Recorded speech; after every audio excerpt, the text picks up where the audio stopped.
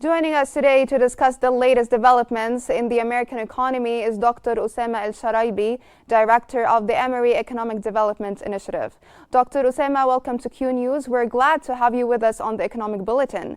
Let me first ask you, how significant is the potential impact of Hurricane Milton on the U.S. GDP, particularly in the fourth quarter of 2024?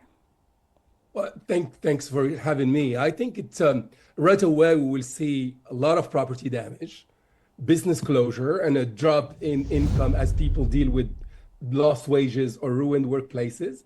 So the key sectors, like you said in the report, beautiful report, by the way, tourism, agriculture, real estate, they will be hardest hit.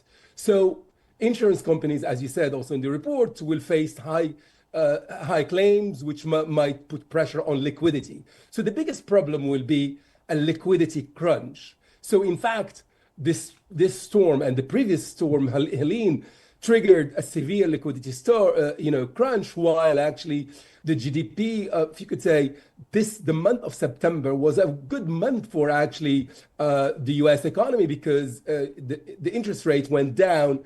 As you see today in the Financial Times or in the New York Times, it was positive. However, I think the two compound effects or the negative effects of the two hurricanes will lead to a severe liquidity crunch, if you could say, and which mean also that we could have, the hurricane will cause major supply chain shock, which will also has a huge effect on the GDP in general.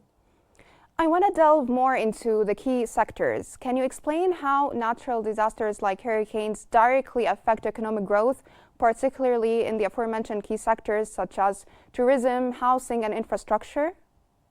Yes. So let me talk about what we call first secondary effects. For example, there will be transportation disruption, can slow actually trade. Consumer spending could shrink as people redirect funds toward repairing the houses, huge damage. It's really so sad. Medical costs are really very important. And these shifts can create knock-on effects leading to job losses, shifts in demand. So let's go back to, for example, reconstruction.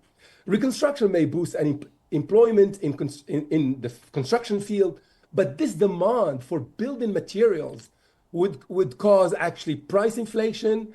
And so in other words, if I may say... Dr. Osama, sorry for interrupting you, but I would like to shed light on the global insurance industry.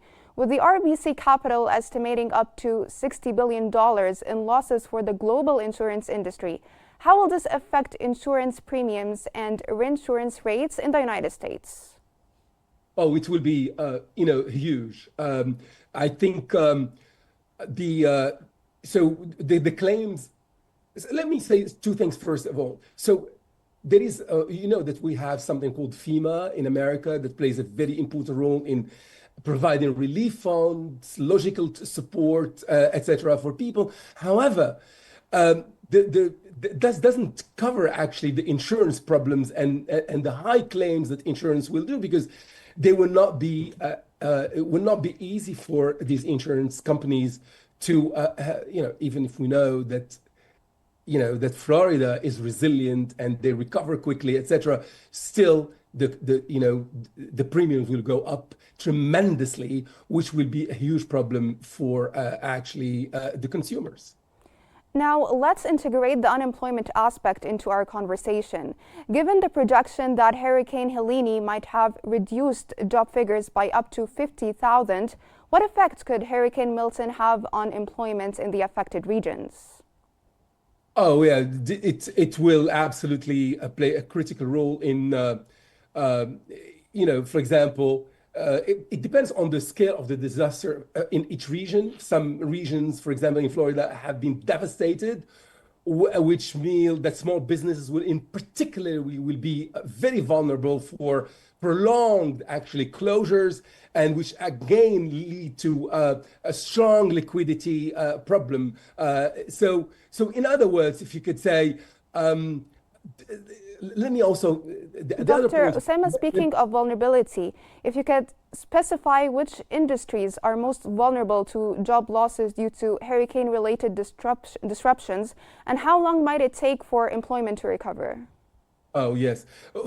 When you talk about Florida, you talk about tourism, you talk about coastal areas, you talk about substantial decline in revenue. So, because you have damaged hotels, you have damaged structure, you have damaged beaches, and then it means also fewer visitors will come to Florida.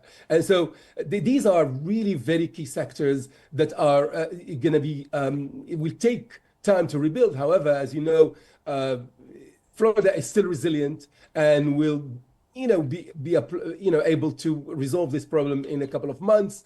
But at least for the couple 6 months will be very problematic. I hope. Dr. Osama, let's look at the wider picture. Like, how long could the economic recovery from Hurricane Milton take, especially in sectors like tourism, real estate, and retail? And what role can federal and state level stimulus or aid programs play in accelerating recovery efforts? Well, so if resources are slow or misallocated, the economic drought could last for years. So in that sense, I do think that an efficient resource allocation to the areas will speed up actually recovery. However, it all depends on how how to direct grants and to these areas to stabilize people's finances, because I know that investment in infrastructure is problematic. Especially what has to happen is they have to make this infrastructure more resilient for the next hurricane. So it's going to take time, in my view, to lead to kind of financial stabilization through loans and to these businesses to rebuild and to reopen. Thank you, Dr. Osama Al-Sharibi.